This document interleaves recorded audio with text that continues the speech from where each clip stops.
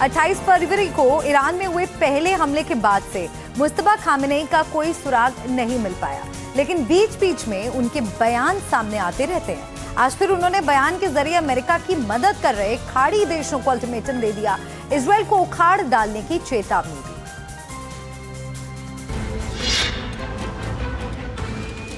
जंग के दौरान ईरान ने अरब देशों में हमले कर सबको चौंका दिया था, लेकिन ये एक सोची समझी रणनीति थी। अब ईरान के सुप्रीम लीडर मुस्तफा खामेनेई ने भी बेहद सख्त संदेश जारी किया।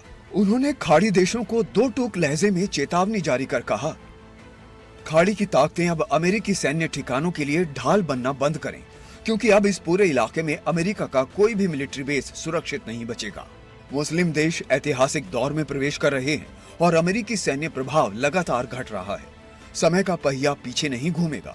क्षेत्र में अमेरिका के पास सैन्य ठिकाने के लिए कोई भी सुरक्षित पनाहगाह नहीं होगी। मुस्तफा खामेनेई की इस चेतावनी को हल्के में लेना अमेरिका को भी भारी पड़ सकता है, क्योंकि जंग के दौरान खाड़ी देशों में मौजूद अमेरिकी ठिकानों पर ईरान ने कई हमले किए थे और भारी नुकसान पहुंचाया था।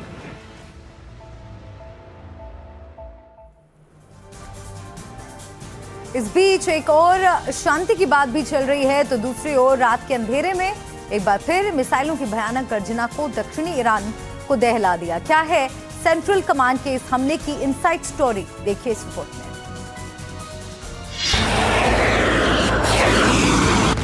ये जोरदार हमले ईरान की पोर्ट सिटी बंदर अब्बास इलाके में हुए, जो रणनीतिक रूप से बेहद संवेदनशील है। जब लग रहा था कि शांति समझौता होने वाला है, ठीक उसी वक्त सेंट्रल कमांड के आदेश पर अमेरिकी युद्धपोतों और लड़ाकू विमानों ने दक्षिणी ईरान को थर्रा दिया। ये वही इलाका है जहां ईरान का सबसे बड़ा नौसैनिक बेस है।